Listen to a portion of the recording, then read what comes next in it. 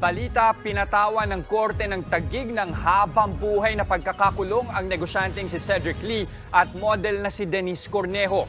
Yan ay matapos sa tulang guilty para sa serious illegal detention for ransom na inihain laban sa kanila ng TV host na si Bong Navarro.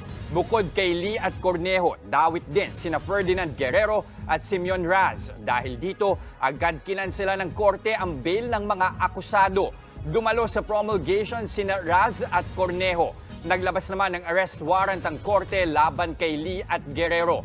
Nag-ugat ang kaso sa nangyaring pambubugbog kay Navarro noong 2014. Kaugnay pa rin po ng hatol ng korte sa kasong serious illegal detention for ransom na inihain ng host na si Bong Navarro. Makakausap natin ang legal counsel ng aktor na si Attorney Alma Malyonga. Attorney, good morning po. Aarestuhin na ho ba itong mga akusado? Yes, it is true that this morning the court... Yan, no? Kita nyo? Ha? Tingnan nyo, ha? Okay? Hindi ko po husgahan. Hindi naman po ako ang korte. So ayaw kong husgahan kung si Bong Navarro may kasalanan o sila Denise ang may kasalanan. Pero gusto ko lang bigyan kayo ng paalala. Remember, naidiin po dito si Bong Navarro. Hindi ko po sinasabing inosente si Bong Navarro o guilty, ha? Nadiin siya. At nakulong siya, nabugbog pa siya. Ngayon, ang makukulong na ay si Denise at yung mga kasamahan niya. Huwag po natin naalisin. Mapa sa gobyerno o mapa kahit saan pa man. Gumawa tayo ng tama. Kasi po, ang mundo umiikot. Minsan, ang dinidiin si Bong Navarro, ngayon may desisyon na ang korte na reclusion perpetua or habang buhay ng ikukulong. Imagine that. Habang nang ikukulong si Denise at ang mga iba pang tao. Masakit po yan. O dahil lang na may illegal detention. Matindi po yan. Okay? So paalala po sa mga nag-aabuso. Ha? Wala tayong hinuhusgahan. Hahayaan ko ang korte at ang Diyos ang manghusga dyan. Pero kailangan maunawaan natin. Huwag nating aabusuhin kung ano man merong binigay sa ating kapangyarihan. Huwag nating aabusuhin kung ano man ang nagiging kalagayan natin ngayon. Kasi pwedeng bukas-bukas lang, umikot ang mundo, baliktad na. So umikot man ang mundo at baliktad na kinabukasan, pero kung hindi ka nang aapi, ayos lang mapunta sa ilalim. Kasi makikita at makikita naman yan, wala kang inaapi, wala kang inaagarbyadong tao. Kita nyo nangyari. Ngayon, ayoko na masyadong pag-usapan kasi nasa korte na to. Diba? So pag nasa korte na kasi, hindi ko masyadong tayo pag-usapan kasi baka delikado po yan. Pero binalita ko lang kasi binalita na ng mainstream media.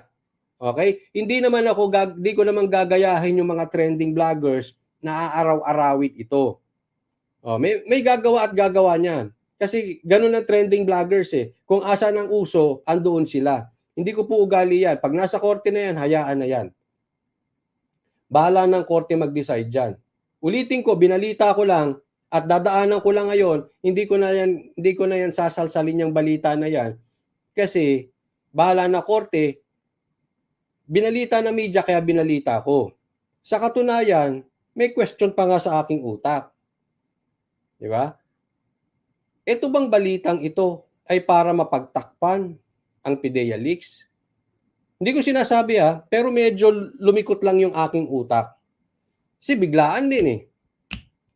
Di ba? But then again, ulitin ko, pasensya na dun sa word, pero hindi ko na po sasalsalin tong balita nito. Hindi ko na sasawsawin. Gusto ko lang malaman nyo dahil binalita ng mainstream media. And I'm still wondering. Until now, hindi binabalita yung na-cancel ang rally ng karamihan ng mainstream media. Until now, hindi binabalita ng husto yung Senate hearing. Until now, yung ibang mainstream media. Major mainstream media hindi binabalita. Tapos ito, kalat na sa balita. only in the Philippines. Mas importante pa yung artista. Hindi ko sinasabing wag to ibalita, but as for me, hindi na dapat binabalita kasi nasa korte na eh. Pero mas importante pa ba yung artista vlogger, ay artista news? I'm just wondering.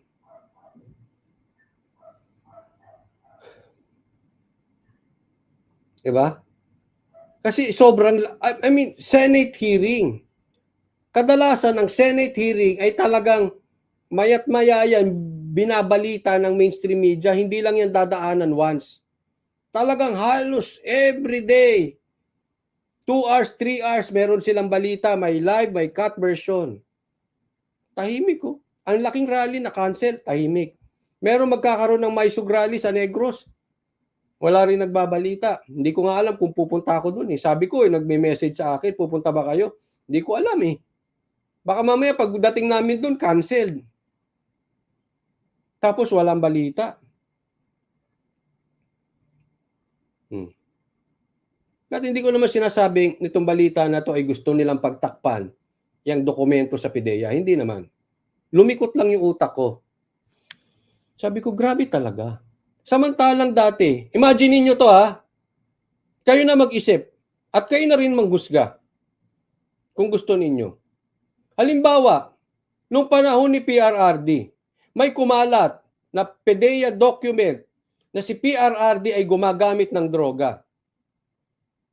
Ibabalita kaya ito mayat-maya ng ABS, ng News 5, ng GMA, at ibang major mainstream media?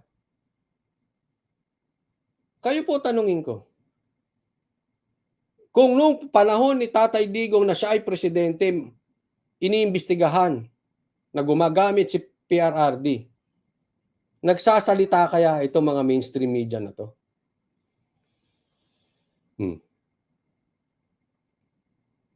Ngayon, nga,